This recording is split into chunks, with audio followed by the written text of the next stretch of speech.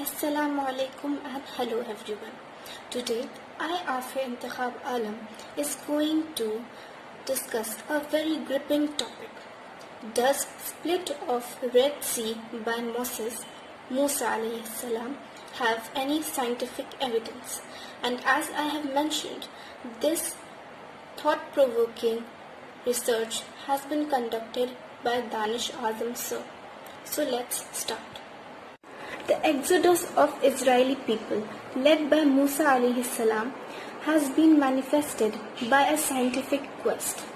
Albert Lynn, an American scientist, has provided a few striking evidences while being voracious on his journey to find the truth. According to his finding, it wasn't the Red Sea that was split into pieces while being chased by Pharaoh. Rather, it was Reed Sea. In the Hebrew Bible, Reed Sea has been referred to Yam Suf, and then it was translated in English as Reed Sea. Actually, this water body is Lake Manzala, a blackish lake, sometimes called a lagoon, in the northeastern Egypt on the Nile Delta near Port Said, which is full of reed. He also substantiated his finding with the writing of Alexander Bruce Tulloch, a British Army officer stationed in Egypt in 1882. Alexander one night observed that the water of that lake completely disappeared after a gust of wind blew at 18 miles per hour, resulting in instantaneous cease of work there. The study of geology says that if wind blows at 80 km per hour continuously for 6 hours, then the direction of the water of the sea will be shifted away by 9 km. This phenomenon is referred to as wind set down in geographical terms. This phenomena has also been observed in 2017 when water of Caribbean Sea got shifted many kilometers away due to Hurricane Irma. After this, Albert Lynn came to a termination that when Musa alayhi salam came with the Israelis on the banks of Lake Manzala, winds have been started to blow at a very high speed, resulting in water shift.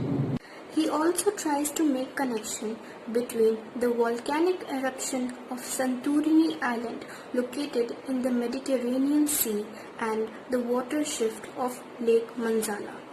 According to the point of view, a volcano had erupted in the Santorini Island, and it was around 1200 BC that caused tsunami in all the places near the sea, and Lake Manzala was one of these places.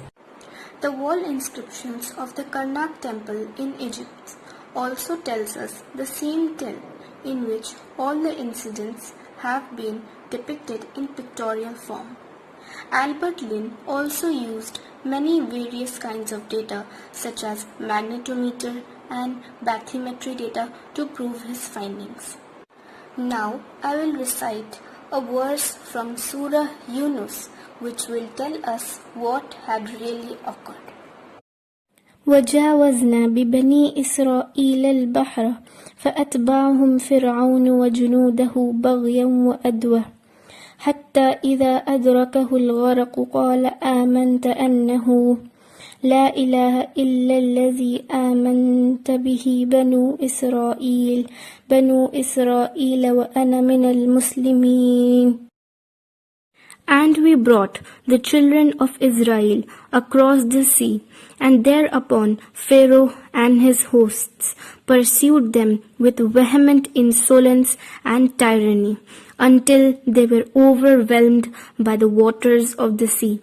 And when he was about to drown, Pharaoh exclaimed, I have come to believe that there is no deity save him, in whom the children of Israel believe, and I am of those who surrendered themselves unto him. Therefore, we can say that both history and science can prove the sacred words of Almighty Allah.